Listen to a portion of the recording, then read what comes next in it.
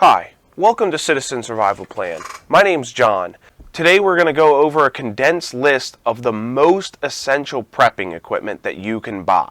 I'll tell you why I recommend those brands and other tidbits of information you should consider about each item. So in today's video, we are going to be covering water, food, cooking equipment, hygiene, medical, defense, power, heat, and communications, all of the core equipment that you would get. So let's start with water. The first thing I'm going to want to do is make sure I can have clean drinking water and purified water. For this, I'm going to get a Berkey water filter. They make a couple different ones, kind of add up how many family members you need to make water for, and that's probably what I'm going to go with, is a good Berkey. Do not order these from Amazon. It's known that there is fakes and all kinds of fake equipment out there. Just to simplify your life, go straight to Berkey. Just order it from Berkey. I know the shipping might be a little bit longer, but it's worth it. Also, a note with this filter, if you're using the black Berkey filters, or I think the ceramic ones, you need to have a primer. This is going to be really important if we are away from our house and the power and water, everything goes out. You get home, you need to be able to prime those filters, otherwise your Berkey is going to be kind of useless. A rain barrel. These are good to have at your house, put them under your gutters, collect rain. We can collect tons of water with this. You can put as many as you want around your house depending on how much water you want to collect. Probably as much as you can get. They're not that expensive. Each one's probably about $100. I'm going to link everything below that I have. A Katadyn water filter. The Katadyn Hiker is my favorite. I like this because if we need to do a lot of traveling, this is great to throw in a bag with you if you need to go, and we don't have to carry a ton of water. Water is very, very heavy, and we want to be able to make sure we can make water as we go so we're not carrying so much weight. A water jug with spigot. This is kind of with water and hygiene. This is going to be essential. We used to camp all the time. We use these just to wash your hands or wash dishes or something. You purify the water and fill these 5-gallon jugs up. I think they're 5-gallon. And you have a spigot to kind of do what you need to do. This is going to be really important, and it's super cheap. All right, let's move on to food. I am going to recommend that you get freeze-dried food. You can go hunting later, you can do whatever you want later. There's no denying that when the emergency hits, though, we're just going to want to start with just having food at our house. Freeze-dried's the way to go. It's got a long shelf life, really good. There's a couple little things here. This isn't like the list, but this is sort of some considerations to make. I like entree meals that can cook in the bag. Mountain House entree meals are the way to go. They're really good. They're my favorite, and they're tried and true. Backpackers have used them forever. Really good product, but a lot of the stuff is kind of low in protein, and that's just kind of just the way they make the meals. That's every company. Get the number 10 cans of beef, chicken, whatever you want, either from Augustin Farms or Mountain House. Some of mine's Mountain House and some is Augustin Farms. Either one's really good quality. You can add the protein into your entree meals and add the boiling water, adding a little bit of protein to your meals.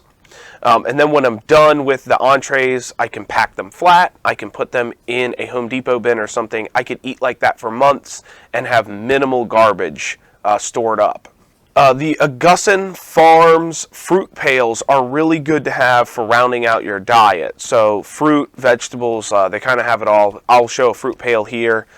This is all really good. You could just rehydrate it and eat it. There's not really a lot of cooking involved with some of this stuff. Really good to have just for balancing everything out. A lot of people say to store vitamins. That's good too, but this is kind of just in the freeze-dried food. If you have children, obviously if you have little babies, you're going to want to store up formula. Even if you are using breast milk, definitely store formula too, because we need to refrigerate and freeze breast milk. That's not always going to be an option during an emergency. So having formula is good. But what's really on the list here is having the number 10 cans of milk. for kids and stuff. This is really good. This stores a long time. I think it's 20 or 25 years. It stores a long time, and milk is just a good thing to have, especially if you have children. All right, let's move on to cooking. We have our freeze-dried food stored up, or canned, or whatever you want to do. I always recommend freeze-dried, but we need to cook everything. So propane cook stove is probably the first thing I'm going to get. I really like the Coleman Triton stove. This has been a good one. It doesn't have an auto igniter. I usually don't care about that because the auto igniters break anyways, so this one is just one without it. You just use a lighter or a spark or something. It'll light that propane right up. I would also recommend having a little single burner cook stove. The one that we have hooks up to butane, propane, both. That way you could use either one. You could, the butanes are a little bit smaller if you're packing out. The propane is good too, just for when you're at your house if you need to use the single burner. So fuel for these, this is a big one that I have just recently come by that I love. The Flame King refillable 1-pound cylinders with the refill valve. This is great for many reasons, but just for cooking right now, a lot of the cook stoves and stuff run on the 1-pound cylinders, and they don't run off the 20-pound cylinders.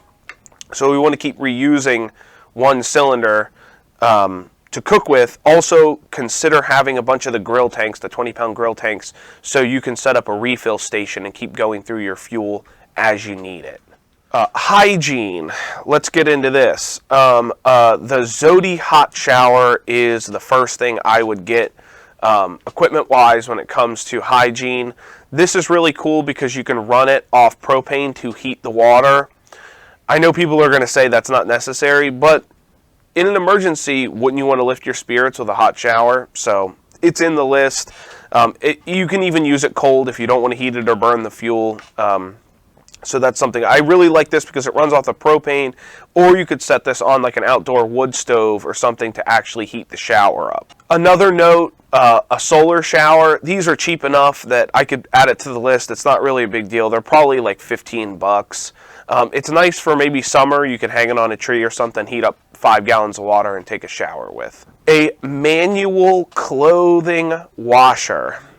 This was really important to me because during SHTF or any kind of emergency we're going to go through, we're not going to have running water or a lot of power to use to run our washing machine or something.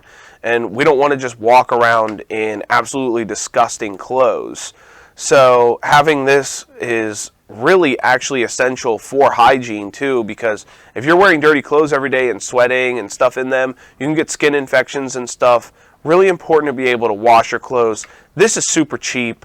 I'm definitely going to have a link, maybe not to the one that's pictured here because some of my stuff gets discontinued and they just change the design a little bit, but I'll definitely add a link for this. Another note in hygiene, and it's not really on the list, but to consider, is soap that you wash your clothes with and soap to wash your body with. So the stocking up on detergents and soap is going to be a big thing added with this equipment. Medical considerations. Antibiotics. If any of you watching this has kids, we always end up needing an antibiotic for some sort of ear infection or something. Something simple that completely can take you out, or if you get cut in an infection, dying of an infection is going to be an absolutely awful way to go. Go ahead and just order some from Jace Medical. I know that's a more expensive route to go. Or if you go to pet websites, you can get antibiotics, whatever you take, whether it be Z-Pak or amoxicillin, whatever is what you're used to or you need. Go ahead and stock up on that. It's going to be a really good idea. Antibiotics are antibiotics, people. They don't make fish antibiotics and human antibiotics. Amoxicillin is amoxicillin. A really good first aid kit, as comprehensive as you can make it. I will pick one out and link it below. These things on Amazon and whatnot are always changing. So the link that I shared before might be different than the one that's in this video, but I always look through them, and there's a couple things I'm looking for. Also, there's going to be some other stuff we're going to stack with this medical kit. So one being a tourniquet. During SHTF, bullets might be flying. So it would be a really good idea just to have a tourniquet just in case. The reality of the situation is you might not be able to save yourself from everything or someone else from everything, but having a tourniquet in a pinch just long enough to maybe get to a medical facility or something to save you is going to be a big thing. It's just an added level of help.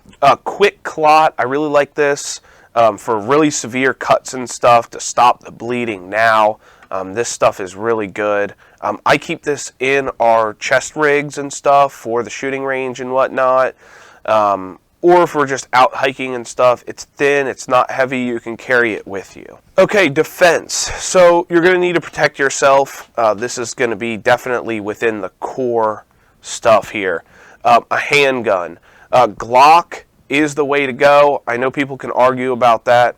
Glocks are king, and they're easy to service. All the parts on them can basically be replaced by you, which makes it a superior firearm. All my Glocks are extremely reliable, easy to fix, easy to service. Everything else is almost an off-brand to Glock when it comes to prepping. You could argue that other guns are more accurate or nicer or smoother, but when it comes to prepping, Glocks are king. I would either get a Glock 26 or the more popular, I don't have, a Glock 19. I like the 26, it's a little smaller, easy to take everywhere with me, but a Glock 19 is going to be a good way to go too. An AR-15, this is stepping it up a little bit on your defense. An AR-15 for prepping is superior to everything, just like Glock. They're all serviceable by you. This is even easier to service than Glock, and it's a rifle. As long as you have a toolkit, everything can come apart and go back together. I recommend getting a 16-inch AR-15 mid-length gas, and you are going to pair it up with a Hollow Sun Shake Awake red dot, a ProTac HLX flashlight. That is the Streamlight ProTac HLX. Surefire also, if you want to go that route, they're a little bit more expensive. I don't see the need to spend the money, but they're out there. They're good too. And a sling. You're definitely going to want a sling on your rifle in case you need to carry it around somewhere. Good quality hearing protection. I just did a review on this if you want to watch it. The Peltor Tactical 300s. I think they're officially called the Peltor Sport Tactical 300s. They are my favorite hearing protection. It gives you directional hearing. I think they call it dynamic hearing. So I can hear things that are farther away, and I can hear if they're closer.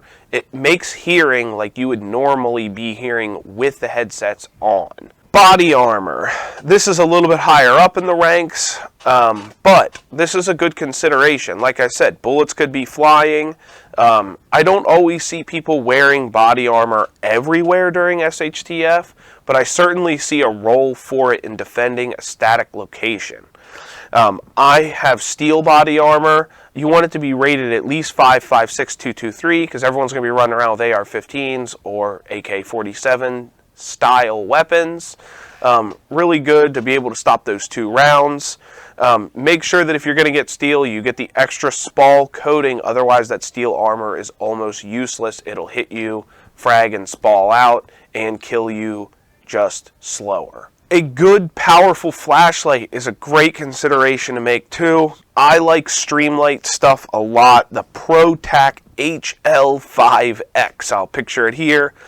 This is nice and bright, and you can run it with Streamlight's rechargeable batteries that I'll link below. These are nice. You can recharge them and put them in and use your solar stations to recharge these that we'll get into in a minute.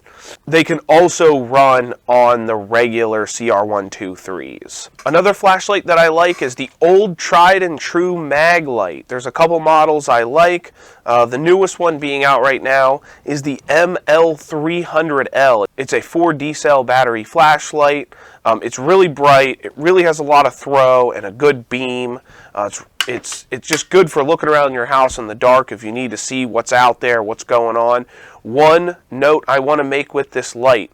Maglite has a little bit of parasitic drain to it. Take the cap on these and unscrew it a quarter turn when not in use and setting for a long time because it will drain the batteries. But otherwise, a really good flashlight and durably made. Power. So we are going to need some power to do all kinds of different stuff. Recharge stuff, keep a fridge running, you name it. Electricity is going to be in short supply, and we want as much as we can get.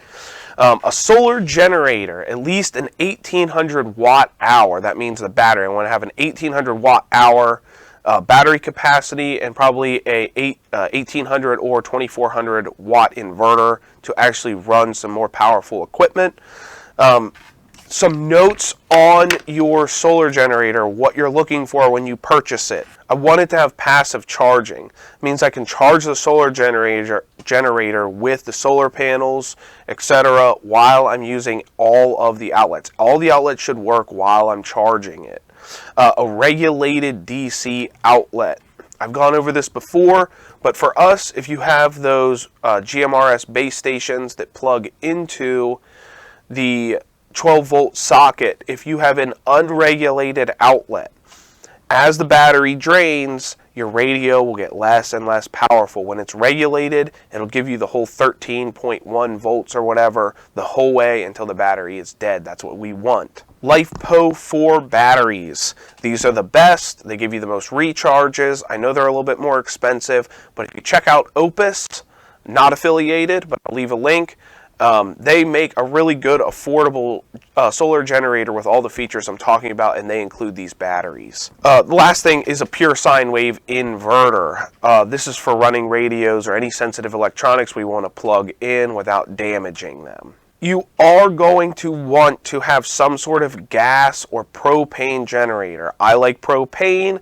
The fuel stores pretty much indefinitely, and I don't have to worry about the carburetor and stuff gumming up on a regular gasoline generator. These are hard to come by now. I have one. A lot of them are dual fuel now. If you get one with dual fuel, I would just stick to only running the propane through it and only using gas if you absolutely had to. This is going to be important because I know the solar stuff is cool, but we also have to deal with reality too. On weeks and days where it's raining and we're not getting a lot of sun and we're burning through our solar generators, we could kick on the gas or propane powered generators and plug our solar generators into it to recharge the solar generators when we can't recharge them with the sun. Let's get into heat. This is an important one just to stay warm and for other reasons I'm about to get into. The Buddy heaters are my recommended products. Again, not affiliated with anything on this list, including this one. It's just a product that I like. These are good for keeping a portion of your house warm or your whole house, depending on how much fuel you have stored up. And it's good just for keeping a room or whatever warm. Yeah. These are also indoor safe, so you can run them inside. I have gas detection systems I've used with them and tested them. I've never had anything. I've never had a carbon monoxide detector go off, etc., etc. These burn real clean. If you're going to use one in your house is not that sealed up that you are going to suffocate yourself to death with this heater. It works really good and you can stay warm. These are good for two reasons. Keeping warm, especially if you have children, and keeping our water filters from freezing. In the event that you had the emergency in the middle of winter, if your house is freezing, your Berkey water filters, your Katadins, etc., your Alexa Pures, whatever you bought as your water filter, they cannot freeze, especially with water running through the system. They'll be ruined and you are down your water filtration. You have to start boiling everything. Having heat helps with keeping warm and saving your water purification. This is already on this list, but I'm going to reiterate it again. The Flame King refillable tanks are great. In the event of an emergency, I'm not a huge fan of running the 20-pound grill propane tanks in the house with the line because you are bringing so much fuel into your home. The refillable tanks from Flame King, you can refill off the 20-pound tanks and you can bring in one tank at a time or two if you're running, two heaters. This saves you from letting all that gas, if you were to get a leak, into your home. It's much safer. I can refill the tanks outside, and I can run the buddy heaters off the 1-pound cylinders inside. Communications. This is going to be important, and I think a lot of people think they're going to be really tactical and run radios through their headsets and stuff, which I cover in this channel. But more likely, you're going to be using communications to save your energy and resources. We have people that live around us. My dad's not far away from us. I could walk to his house. It would take a little bit, but I could walk over there. And if people need supplies and certain things, or even a tool that needs to go over this way a couple miles or that way, vehicles are down, gas stations are down, we're not driving anymore. Radioing out to somebody and asking them what they need and what you need before you get there is going to save a lot of walking back and forth and confusion and wasting calories and food and energy. Communication is going to be really important to get around to people and talk to them. For security purposes too. You know, if you have set up something at the front of your street where you have to check in before you can come into a court, radioing up and being like, hey, it's me, I'm walking up the street, don't shoot me. Something like that. You know, there's so many reasons you would need communications. And I really, really like GMRS stuff. It's really taken off, and I'm glad because we're getting a lot better radios and stuff now. Anyways, let's get into the ones that I would start with. This is core stuff you need. For the sake of being basic, I'm going to get a BTEC GMRS 20V2. It's a 20-watt base station. Works really good. I can run it off DC power, off my solar generators. You can even get a little 300 or 250-watt solar generator just for your radio. Just to keep it simple again, either get the BTEC GMRS 9R GMRS radio, or one that I really like is the GMRS V2. Both of these are waterproof. That's important because if we're out and rain gets on our radio equipment, we don't want it to be ruined. We might be walking a lot and get caught in weather. You can hand these out. They're cheap enough, especially the GMRS 9R. You could get, I don't know, 20 of them and hand them to neighbors and stuff, you know, as you need them. And they're really easy to show people how to work them. So really, really big thing. Communications, just those two radios. If you got a little base station for your house with some more power and some handhelds, this is going to be very, very helpful. All right, last consideration I want to make with this is some EMP protection. Making the trash cans, and I'll picture it here, this is the Barron's trash can. They're metal, and then lining them with some of the AC ducting, like that reflective tape, and lining them with cardboard and putting some of your equipment in there, flashlights, red dots, whatever. One thing I want to note is get some EMP bags for your more sensitive equipment. So if you're trying to EMP protect like a small solar generator or some radio equipment, I would put it in EMP bags in the trash cans lined with cardboard and shut it all up. Your equipment should be pretty protected if it's doubled up like that. Another thing is I have these are the AC traps that I stick in my larger generators that I just can't get a bag on. And the bags are so expensive. I would like to get some. I'm like everyone else though, I have to budget. Right now I'm using the traps. Hopefully in the future I'll get the EMP bags. And EMP stuff is argued by everybody until the end of time. I mean, some people say those cans will never work, the bags will never work. Some people say they do work. Some people say the traps don't work. You know, I'm going to do what I can. If I can plug a trap in and that gives me some protection, I'm going to take it. These are decent products. I don't think they were made by a scammer. The guy seems really legit. I've been watching him for a couple years now. I really like him, and I think these products would offer some protection. I hope you all enjoyed the video. This was the most important prepping equipment you'll ever buy. If you think I left something out, leave it in the comments below. Thanks for watching.